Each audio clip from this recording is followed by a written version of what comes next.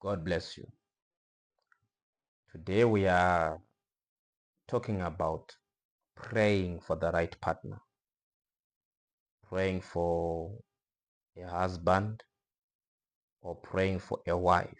We are talking about the prayers, the prayer structure, how it's done when you are praying for your partner. Now, you must understand that the decision of marriage is a long-term decision. It's not something that you are just going to say, let me try marriage, or let's see what happens if I marry. This is a long-term decision. It's a decision that goes for years. The right structure of marriage is actually supposed to be a lifetime decision. Should all go well, it's supposed to be a lifetime kind of decision. Looking at that, that means there must be a proper prayer structure around praying for your partner. How does one pray for a partner? Okay. How does one pray for a partner? What are the prayer points? What's the prayer strategy? What are the structures like? When you're saying, dear God, I now want a wife. Oh Lord, I now want a husband. How does it work? Now, looking at that prayer structure alone, you must understand that it's not always the person you like or the person you want that's the right person. What makes a person the right person is because of how they fit in your journey of life. That determines whether you have the right person or the wrong person, or you're going to get the right person or the wrong person. It's structured around how they affect your journey of life. It's that simple. So, marrying wrong, that means you have found a life partner who is gonna be wrong for your journey, or who is gonna fight your journey, who is not a part of your journey. That is marrying wrong. Marrying wrong, by definition, is simply marrying someone who is walking towards the right and your life is cold for the left. Marrying wrong is marrying someone who puts you out of the will of God for your life. That is marrying wrong. So the structure of marriage, what makes the right person or the wrong person, is determined by your purpose in life. That's one of the things. It's also determined by what God has ordained for your journey, what is wanted in your journey. That determines whether you have the right partner or the wrong partner. It's not all about like and love and feelings. The bigger picture of marriage is because marriage is lifetime. By right, by design, it's supposed to be lifetime. Of course, along the way, there are many things that happen for many people. Some don't make it to lifetime. But by design, it's supposed to be lifetime.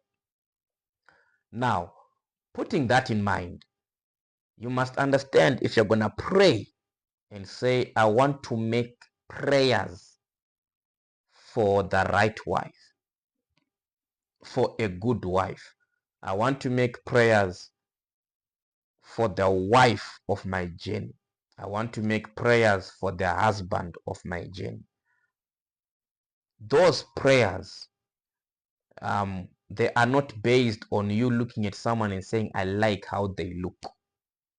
The prayer now for your partner is not based on looks alone. So I'm going to structure to you the basics or the framework of how to pray for your partner, or what to pray for your partner, how to go about the prayers for your partner. I'm going to structure for you the basics along those lines. So now, before we go to the prayer part, we must be able to define what is a good partner, what is a bad partner. Who qualifies to be called a good husband? Who qualifies to be called a good wife? What is a bad husband? What is a bad wife? I'll have a topic where I'll talk specifically on a good husband and a good wife. But for now, I'm just going to browse through, and then we're going to talk about the structure of prayer pertaining to getting someone to be part of your journey. Now, scripture says, a man shall leave his mother and father and cleave unto his wife, and they twain shall become one flesh. That's the structure. A man shall leave his mother and father, which means a man shall leave his home. He shall leave his parental setup. He shall break away. He shall break away from mommy, daddy to start his own house. Right? And when he finds this person, when he cleaves, he shall cleave to this person, then they become one. The Bible says these two shall become one. The becoming process there, it's not a moment, it's not an event, it's a process. The Bible is saying they shall become. It doesn't say the man shall live and is one with the wife. No. And shall become. So we are going to be anchoring our prayer strategy for a wife, for a husband, on that note there. These two shall become one flesh. Now, how do you pray? Lord, I want to get married. How do you pray? You can never find what you cannot describe properly. Because even if it's in front of you, you don't know if it's the thing or not. So if you're going to say, I'm going to pray for your wife, if the wife is in front of you and you don't even know what's your wife, it will be a wasted prayer. If you say, Lord, I need a husband, if the husband is put in front of you and you don't even know that this is a husband or this is the husband, that means you might keep looking when it's in front of you. So now, by right, you must be able to know what you're looking for. That's one of the things you must be deliberate about. You must know what you're looking for. If you're saying you want a husband, what is a husband to you? Can you define a husband? Can you describe a husband? You see, if you say you want a wife, what is a wife? There are many women, there are many girls, but wife now. There are many men, there are many boys, but husband. Can you define a husband? Can you define a wife? That is one of the $1 million questions. If you're going to enter into a moment of prayer, praying for your partner, praying for your spouse, can you describe, can you define what you want? If you want a husband, and your idea of a husband is someone who is sleeping next to me and waking up the next day, you don't know what a husband is. If you want a wife and all you're thinking of is a woman who you're sleeping with, you don't know what a wife is. What is a wife by biblical definition? Can you define a wife? When the Bible is saying he who finds a wife finds a good thing and obtains favor from the Lord, what is a wife? What is the wife? Who is a husband? Who is a husband? So definition is one of the few things you must have figured out without question. The signs that are common to ask for when it comes to the Lord, they are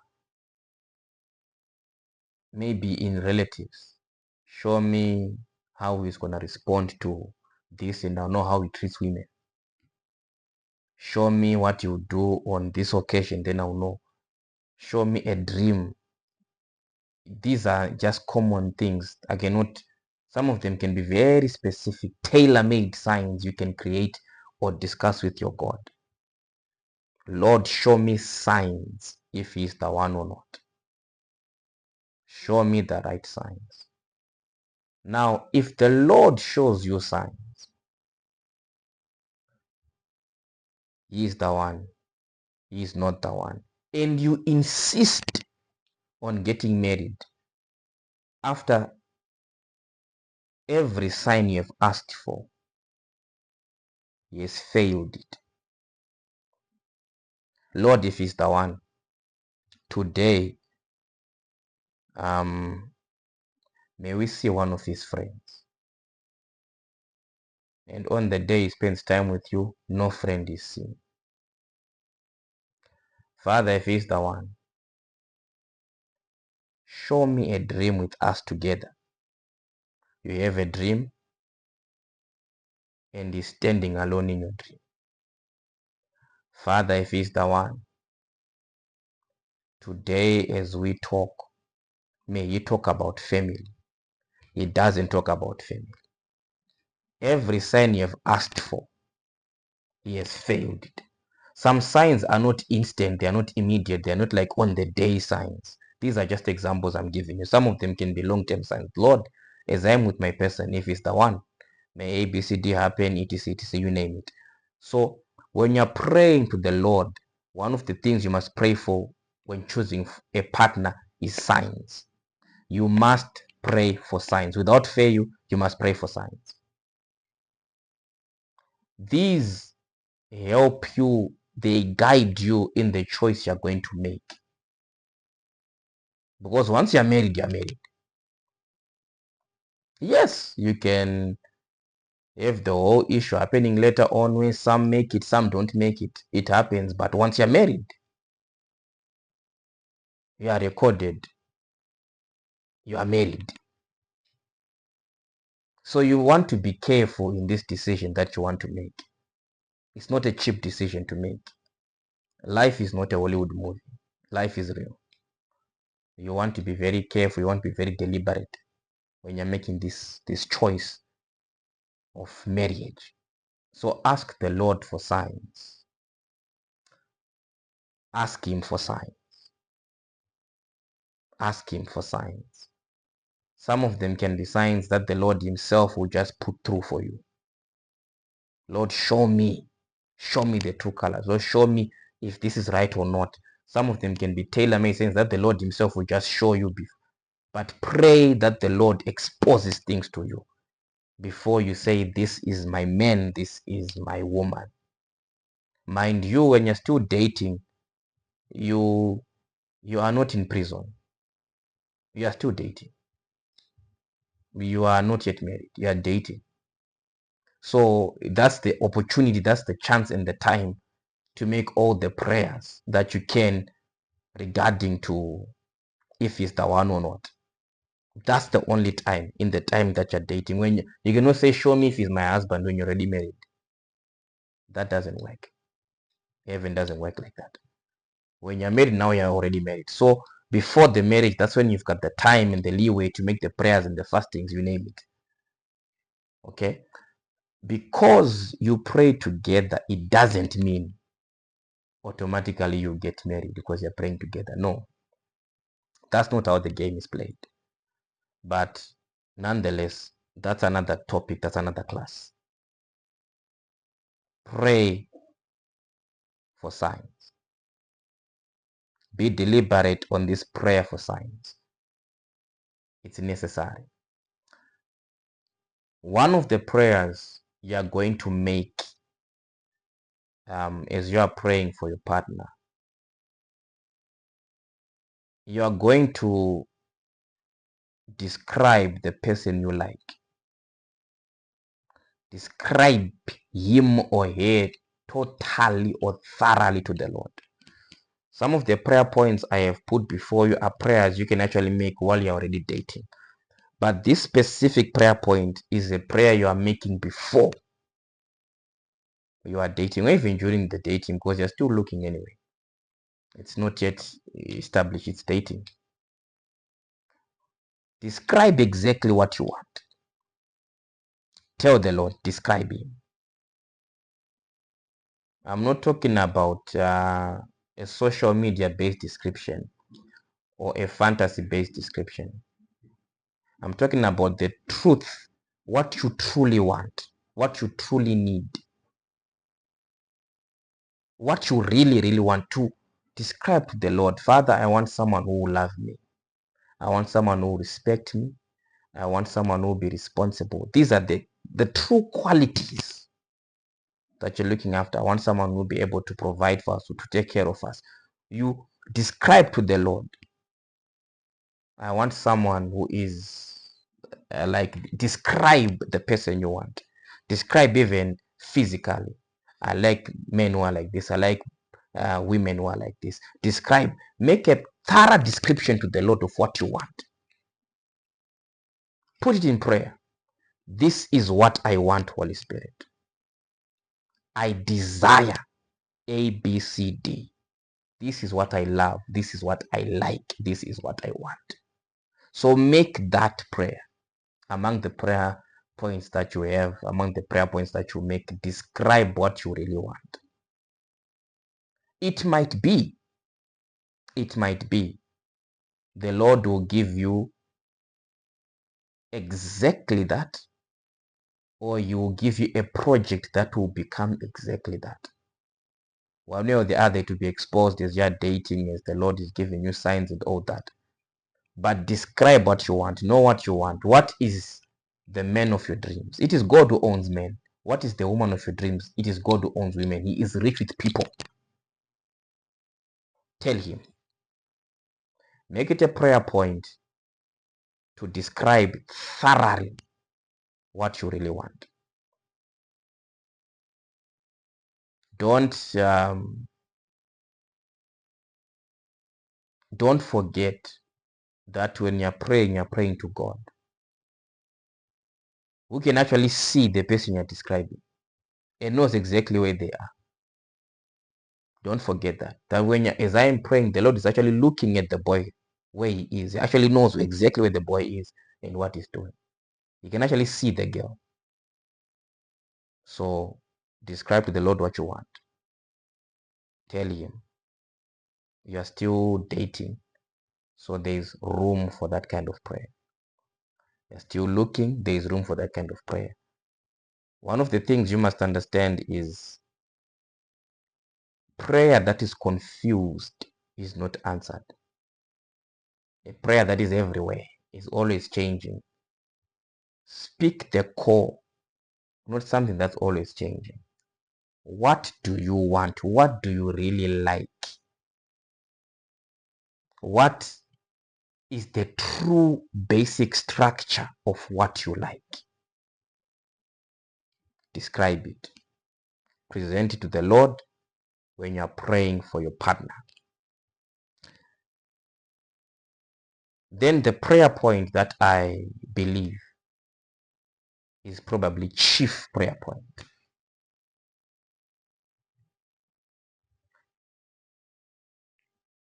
The final prayer point, which I can call the big prayer point to put across when you're praying for a spouse or a partner. The big prayer point is, Lord, if it's not the one, end it. If it's not the one, end it. If he is the one, make it work. This prayer point, some might feel it's late to make that prayer point. Some of you might feel time is not on their side for that kind of prayer point. Either way, that's the prayer point. Lord, if he is the one, please make it work. Lord, if he's not the one, run it down. Now, the prayer points I've given you, especially this one that I've given you as the big final prayer point, is the chief prayer point. It's not a prayer point you do once. Until you are married, as long as you're still on the journey, make the prayer. Recycle the prayer. Why am I saying so? There are people who seem so right when you're still dating. Get married and you know the truth. There are people who seem like they don't exactly meet your criteria and your standards, but get married and before you know it, it's a lifetime to get together. We also have cases where it's magic. It's just working, it's flowing in and out. Those cases exist. But the only one who knows the truth about the journey of your life, the person who can stick around, who's going to be there, it's God. You know what you like. You are enjoying the company. You are enjoying being with this person. But it is God now who knows whether this thing that you want to build is going to last or stand the test of time. It's God who knows that.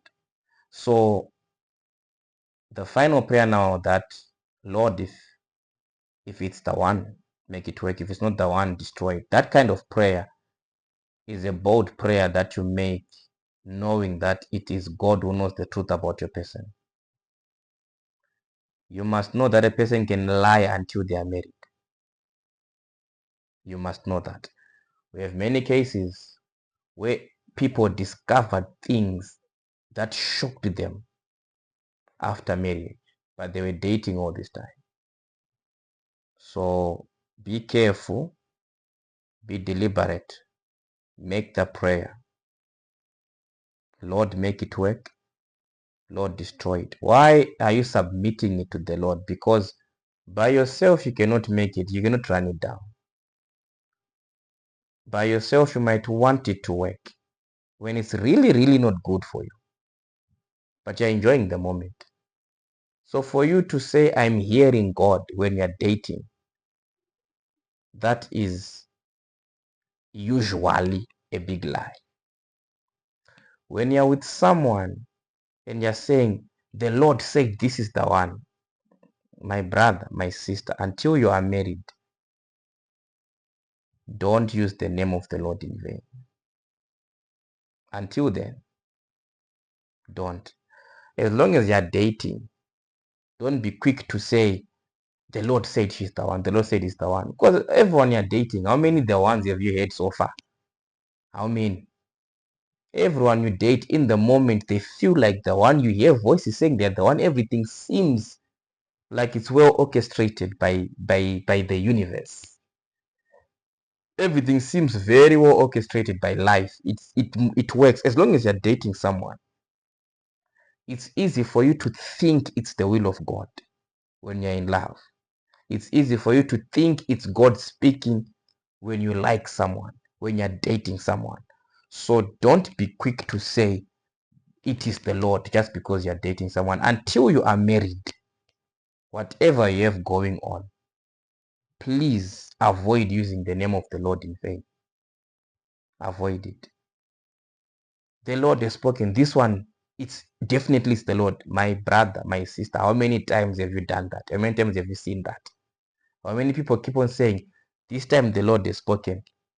God is not a man to lie, nor a son of man to change his mind. So don't drag the name of the Lord in vain. Pray to the Lord for signs. Ask him to help you. Ask him to make it work. Ask him to destroy it if it doesn't work. Talk to the Lord. Describe to him what you want. Let him help you in this relationship thing. It is God who knows the right woman. God has girls who do things in secret that you don't even know.